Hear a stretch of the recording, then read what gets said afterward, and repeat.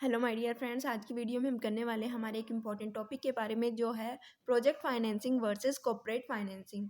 Project financing और corporate financing में क्या डिफरेंस है, ये आज की वीडियो में हम समझने वाले हैं। पहले वाली वीडियो में हमने पढ़ा प्रोजेक्ट फाइनेंसिंग क्या होता है और क्या इसकी रिक्वायरमेंट होती है। इन दोनों कॉर्पोरेट फाइनेंस और प्रोजेक्ट फाइनेंसिंग के बीच में डिफरेंस जान के हम इन दोनों चीज़ों को और अच्छे से क्लियर कर लेंगे कि एक्चुअली में प्रोजेक्ट फाइनेंसिंग होती क्या है। यहाँ पे हमने क्राइटेरिया दिया है कि किस क्राइटेरिया के बेसिस पे हम क्या करें, इन दोनों में डिफरेंस करने वाले हैं। तो सबसे पहला क्राइटेरिया है कि ऑर्गेनाइजेशन के बेसिस पे।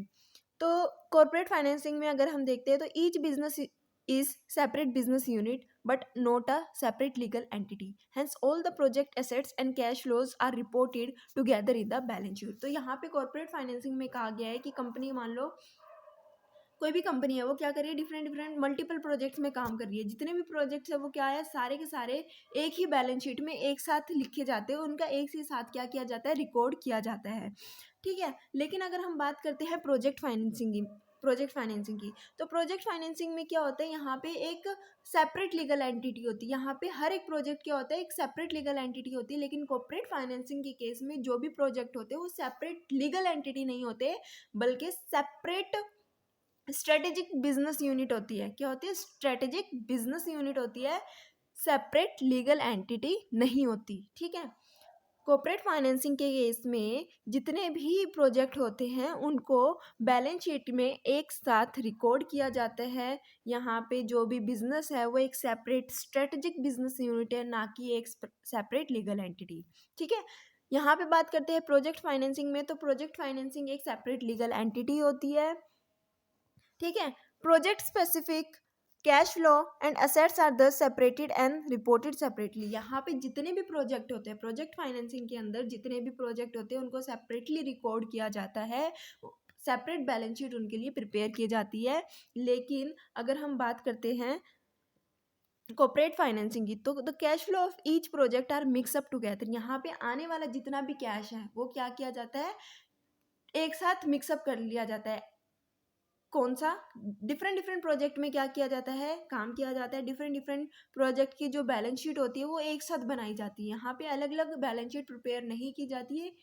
कॉर्पोरेट फाइनेंसिंग के केस में आने वाला जो कैश फ्लो होता है वो एक ही जगह रिकॉर्ड किया जाता है। लेकिन प्रोजेक्ट फाइनेंसिंग में आने वाला जो प्रोजेक्ट है, हर एक प्रोजेक्ट के लिए अलग अलग बैलेंस शीट बनती है, एक सेपरेट लीगल एंटिटी होता है, और जितना भी कैश फ्लो होता है हर एक प्रोजेक्ट का, अलग अलग प्रोजेक्ट का जितना भी कैश फ्लो होता है वो अलग अलग डिफाइन किया जाता है, अलग अलग रिकॉर्ड किया जाता है।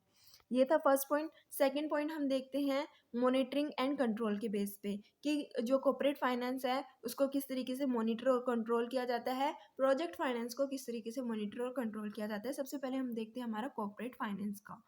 तो the board of director of the company monitor and control the overall performance.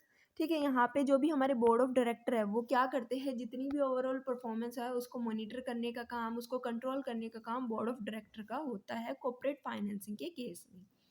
लेकिन अगर हम बात करते हैं हमारे प्रोजेक्ट फाइनेंसिंग के केस में, कंट्रोल और मैनेजमेंट किस तरीके से होता है, तो the agreement between the SPV क्या है, यहाँ पे स्पेशल पर्पस व्हीकल एक क्या होता है, एक कंपनी क्या करती है, अपनी एक सब्सिडरी बना लेती है। जो सब्सिडरी के अंदर एक पर्टिकुलर प्रोजेक्ट में काम किया जाता है, उसमें बैलेंस शीट बनाई जाती है, इस पर्टिकुलर प्रोजेक्ट से आने वाले कैश फ्लो को रिकॉर्ड किया जाता है, ऑपरेटिंग और मेंटेनिंग कॉन्ट्रैक्ट, बहुत सारे कॉन्ट्रैक्ट किए जाते हैं रॉ मटेरियल के साथ, गवर्नमेंट के साथ, इंजीनियरिंग फर्म के साथ।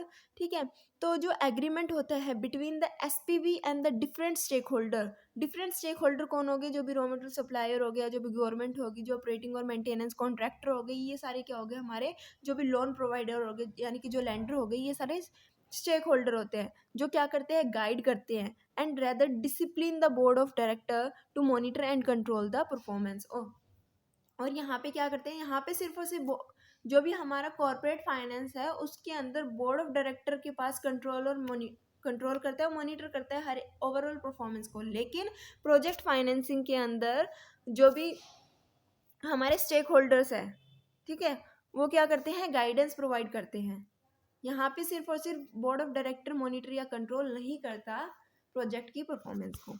उसके बाद आता है हमारा जो थर्ड डिफरेंस है, किस क्राइटेरिया के बेसिस पे हम डिफ्रेंशिएट कर रहे हैं दोनों को, डेट रेशियो के बीच बेसिस पे। डेट रेशियो का मतलब क्या है, जहाँ पे डेट कितनी है कंपनी के पास और इक्विटी कितनी है कंपनी के पास। डेट रेशियो अगर ज़्यादा है तो इसका मतलब ये है कि कंपनी ने लोन ज़्यादा लिया हुआ है, उसके पास जो इक्विटी है वो कम है। अगर डेट रेशियो कम है तो इसका मतलब ये है कि लोन कम लिया हुआ है और इक्विटी ज़्यादा है। तो कॉर्पोरेट फाइनेंसिंग के केस में generally it is very low. Corporate finance के केस में जो डेट रेशियो होती है वो लो होती है, क्योंकि यहाँ पे डेट का कम यूज़ किया जाता है और इक्विटी का ज़्यादा यूज़ किया जाता है। लेकिन अगर हम प्रोजेक्ट फाइनेंसिंग की बात करते हैं तो प्रोजेक्ट फाइनेंसिंग के अंदर क्या होता है, generally it is very high in order to reduce agency cost. यहाँ पे जो डेट रेशियो होती है वो बहुत ज़्यादा होती है। डेट रेशियो ज़्यादा क्यों होती है, क्योंकि यहाँ पे हम डेट का ज़्यादा यूज़ करते हैं। हम यहाँ पे जो फाइनेंसिंग है प्रोजेक्ट की वो किस तरीके से करते हैं, लोन लेके, लेंडर से लोन लेके हम प्रोजेक्ट की फाइनेंसिंग करते हैं, ठीक है। और यहाँ पे हम इक्विटी का कम इसलिए यूज़ करते हैं ताकि जो भी हमारा मैनेजमेंट है उसमें डिसिप्लिन बना रहे, ठीक है। मैनेजमेंट में डिसिप्लिन बना रहे, कंट्रोल जो है वो मैनेजमेंट के पास रहे। उसके बाद हमारा जो नेक्स्ट पॉइंट है जिस बेसिस पे हम डिफरेंशिएट करेंगे वो है रिस्क शेयरिंग, कि यहाँ पे होने वाले रिस्क को किस तरीके से शेयर किया जाता है। फर्स्ट हम देखते हैं कॉर्पोरेट फाइनेंसिंग के केस में कि the lender have recourse to sponsor balance sheet if a particular project fails. The lender have recourse to the sponsor balance sheet if a particular project fails since the failed project was part of the company's balance sheet। यानी कि यहाँ पे company के जितने भी project होते हैं वो एक ही बैलेंस शीट के अंदर डाले जाते हैं। तो यहाँ पे जो मान लो अगर हमने डेट लिया है, अगर हमने लोन लिया तो उस लोन की रिपेमेंट किस तरीके से की जाएगी, उस लोन की रिपेमेंट की जाएगी स्पॉन्सर की बैलेंस शीट में। क्योंकि मान लो अगर एक प्रोजेक्ट में लॉस हुआ है तो हो सकता है दूसरे प्रोजेक्ट में प्रॉफिट हुआ है, तो वहाँ से जो है उसकी पेमेंट की जाएगी, ठीक है। तो स्पॉन्सर की बैलेंस शीट का यूज़ किया जाता है। लेकिन अगर हम बात करते हैं प्रोजेक्ट फाइनेंसिंग की, तो प्रोजेक्ट फाइनेंसिंग में रिस्क शेयरिंग किस तरीके से होती है, तो the lender have no recourse to the sponsor balance sheet once the project have been successfully implemented. मान लो प्रोजेक्ट जो था, प्रोजेक्ट को सक्सेसफुली इम्प्लीमेंट कर दिया।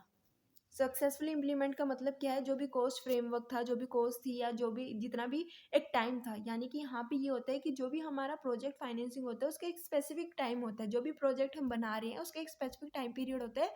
उस टाइम पीरियड के अंदर हमें इस प्रोजेक्ट को कंप्लीट करना होता है, और जो भी कॉस्ट बताई जाती है कि हाँ इस इतनी कॉस्ट के अंदर इस प्रोजेक्ट को इस टाइम पीरियड के अंदर कंप्लीट किया जाएगा। अगर उतना कंप्लीट हो जाता है उस टाइम पीरियड के अंदर, उस कॉस्ट के अंदर, तो जो भी हमारा लैंडर है उसका कोई भी जो है रिकॉर्ड्स नहीं रहेगा, उसका कोई भी हक नहीं रहेगा स्पॉन्सर की बैलेंस शीट पे।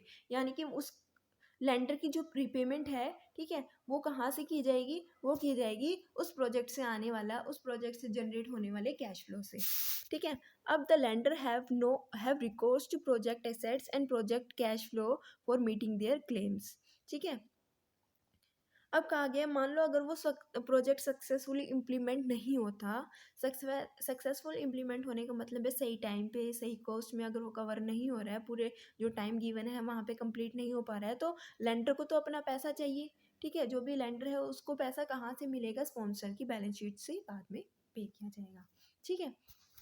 और जो यहाँ पे रिकोर्स बेसिस होता है ये क्या होता है, लिमिटेड होता है, ठीक है। स्पॉन्सर की जो बैलेंस शीट होती है उसमें से एक लिमिटेड अमाउंट जो है वो पे किया जाता है, ठीक है। उसके बाद आता है हमारा structure of debt contract. Structure of debt contract क्या कहता है, सबसे पहले कॉर्पोरेट फाइनेंस देखते हैं। The lender consider the company asset and cash flow while deciding whether to fund a particular project और not. The lender consider the company's assets and cash flow. यहाँ पे जो लेंडर है वो क्या करता है, कंपनी के असेट्स को और कंपनी के कैश फ्लो को क्या करता है, देखता है, चेक करता है, while deciding whether to fund a particular project और नोट, कि एक पर्टिकुलर प्रोजेक्ट के लिए हमें पैसा देना है या नहीं देना किसी कंपनी को।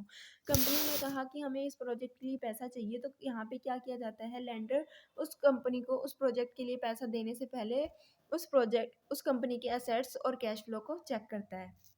लेकिन अगर हम बात करते हैं प्रोजेक्ट फाइनेंसिंग के अंदर क्या होता है, lender decide on the strength of the project assets and the future cash flow expected to be generated by the project. जैसे कि हमने कहा कि यहाँ पे प्रोजेक्ट फाइनेंसिंग में हर एक प्रोजेक्ट सेपरेट होता है, ठीक है। उसका कंपनी की बैलेंस शीट में रिकॉर्ड नहीं किया जाता है, जहाँ पे सारे प्रोजेक्ट को रिकॉर्ड किया जाता है। लेकिन अगर हम बात करते हैं प्रोजेक्ट फाइनेंसिंग की, प्रोजेक्ट फाइनेंसिंग के जो प्रोजेक्ट होते हैं उसके लिए एक सेपरेट बैलेंस शीट बनती है, ठीक है, जितना भी आने वाला प्रॉफिट होता है, जितना भी आने वाला कैश फ्लोज होता है, वो जो है शेयर होल्डर में एज अ डिविडेंड शेयर हो जाता है। तो यहाँ पे लेंडर जो होते हैं वो कंपनी की एसेट्स को और कैश फ्लो को चेक नहीं करते। तो किस बेसिस पे वो क्या करते हैं, लोन देते हैं? वो देखते हैं कि जो भी प्रोजेक्ट में काम किया जा रहा है उस प्रोजेक्ट के एसेट्स कितने हैं, या फिर उस प्रोजेक्ट से होने वाला फ्यूचर में कैश फ्लो कितना होगा। उसके बाद हम बात करते हैं लाइफ की, लाइफ टाइम। जो भी हमारा कॉर्पोरेट फाइनेंसिंग होती है, वहाँ पे कंपनी जो होती है वो ये सोच के काम करती है कि हमारा जो कंपनी है वो लंबे समय तक चलेगी, कोई एक डेफिनेट पीरियड फिक्स नहीं होता। लेकिन अगर हम बात करते हैं अपने प्रोजेक्ट फाइनेंसिंग की, तो जो प्रोजेक्ट होता है उसका एक स्पेशल टाइम पीरियड होता है। उस टाइम पीरियड के अंदर उस प्रोजेक्ट को क्या करना होता है, कंप्लीट करना होता है। The special purpose vehicle SPV has a finite life and come to an end once the concession period is over.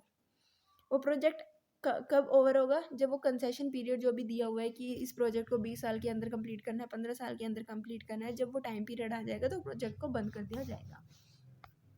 अब नेक्स्ट पॉइंट आता है हमारा डिफरेंशिएट का, वो है फाइनेंशियल फ्लैक्सिबिलिटी। फाइनेंशियल फ्लैक्सिबिलिटी किस केस में ज़्यादा होती है? कॉर्पोरेट फाइनेंसिंग की अगर हम बात करें तो company can raise finance quickly as debt capacity may not have been fully exhausted since a large number of project are there on its balance sheet. यहाँ पे क्या कहा गया है, किस तरीके से फाइनेंशियल फ्लैक्सिबिलिटी की बात की गई है? The company can raise finance quickly as debt capacity may not have been fully exhausted since a large number of projects are there on its balance sheet। यहाँ पे कहा गया है कि जो फाइनेंस की अगर रिक्वायरमेंट है तो यहाँ पे क्या किया जाता है, क्विक वे में जो है फाइनेंस को रेज किया जा सकता है, क्योंकि यहाँ पे जो डेट कैपेसिटी है वो बहुत ज़्यादा होती है। डेट कैपेसिटी ज़्यादा क्यों होती है? क्योंकि यहाँ पे बहुत ज़्यादा प्रोजेक्ट जो होते हैं कंपनी की बैलेंस शीट में होते हैं। ठीक है, the internally generated fund could be use for new project. यानी कि यहाँ पे जो भी हमारा इंटरनल फंड जो होता है, ठीक है, मान लो किसी प्रोजेक्ट से हमें जो है प्रॉफिट हुआ है, हो सकता है कि उस पूरे होने वाले अर्निंग को, होने वाले प्रॉफिट को हमने डिविडेंड के रूप में शेयर होल्डर्स में डिस्ट्रीब्यूट नहीं किया, बल्कि हमने कुछ रिटेन अर्निंग कर ली, कुछ पैसा रख लिया, ताकि अगर हमें फ्यूचर में कोई नया प्रोजेक्ट स्टार्ट करना पड़े अपने बिजनेस को एक्सपेंड करने के लिए, तो हम जो इंटरनल जनरेटेड फंड है उसका भी हम यूज़ कर सकते हैं नए प्रोजेक्ट में, in case of corporate financing. But if we are talking about no project financing, तो उस केस में फाइनेंशियल फ्लैक्सिबिलिटी किस तरीके की होती है? The financial arrangement are highly structured and involve lot of transaction cost. The financing arrangement are highly structured. It involve lot of transaction cost. No new debt can be raised once financial closure has been reached। यानी कि यहाँ पे एक limit होती है एक particular project के लिए कि इस प्रोजेक्ट के लिए आपको सिर्फ इतना पैसा मिलेगा। अगर आपने उतना पैसा रेज कर लिया है तो आप उससे ज़्यादा फंड्स को रेज नहीं कर सकते। ठीक है, the residual cash flow are to be distributed as dividend and can be plot back and can not be plot back. तो यहाँ पे कहा गया है कि जो भी हमारा प्रोजेक्ट से होने वाला कैश फ्लो है उसको हम डिस्ट्रीब्यूट कर देते हैं एज अ डिविडेंड, उसको हम रख नहीं सकते। ठीक है, उसके बाद जो नेक्स्ट डिफ्रेंशिएट है वो है हमारा free cash flow. Free cash flow क्या कहता है? The board of the director of the company has to decide how much of the cash flow to be paid as a dividend and how much to be reinvested. Free cash flow यानी कि अगर हम बात करते हैं corporate financing की, तो corporate financing में होने वाले डिफरेंट प्रोजेक्ट से होने वाला जो भी प्रॉफिट है, ठीक है, मल्टीपल प्रोजेक्ट से होने वाला जो प्रॉफिट है, यहाँ पे बोर्ड ऑफ डायरेक्टर ये डिसाइड करते हैं कि कितना पैसा हमें रखना है अपने पास री इन्वेस्टमेंट पर्पस के लिए, और कितना फंड जो है हमें डिस्ट्रीब्यूट करना है अपने शेयर होल्डर्स में। लेकिन अगर हम बात करते हैं प्रोजेक्ट फाइनेंसिंग में, तो प्रोजेक्ट फाइनेंसिंग में जितना भी होने वाला कैश फ्लो है उसको हम डिविडेंड के रूप में अपने इक्विटी शेयर होल्डर्स में डिस्ट्रीब्यूट कर देते हैं। डेट को पे करने के बाद, ऑपरेटिंग और मेंटेनेंस जो भी हमारा रिजर्व है उसको बनाने के बाद, जो जितना कैश फ्लो बचता है उसको हम एज अ डिविडेंड अपने शेयर होल्डर्स में डिस्ट्रीब्यूट कर देते हैं। ठीक है, तो ये थे हमारे पॉइंट्स। आई होप कि आपको समझ में आ गए होंगे कॉर्पोरेट फाइनेंसिंग और प्रोजेक्ट फाइनेंसिंग में क्या डिफरेंस है। ठीक है, उसके बाद जो नेक्स्ट हमारी वीडियो आएगी उसमें हम पढ़ेंगे different kind of risk associated with project financing. I hope कि आपको ये टॉपिक अच्छे से क्लियर हो गया होगा, समझ में आ गया होगा। कोई डाउट है तो आप कमेंट सेक्शन में कमेंट करके ज़रूर पूछना, क्योंकि जितने भी क्वेश्चन पे मैं यहाँ पे वीडियो बना रही हूँ ये सारे क्वेश्चन रिपीटेड क्वेश्चन है और चांसेस है इन क्वेश्चन के एग्जाम में आने की। वीडियो अच्छी लगी तो वीडियो को लाइक शेयर सब्सक्राइब करना मत भूलना। Thanks for watching.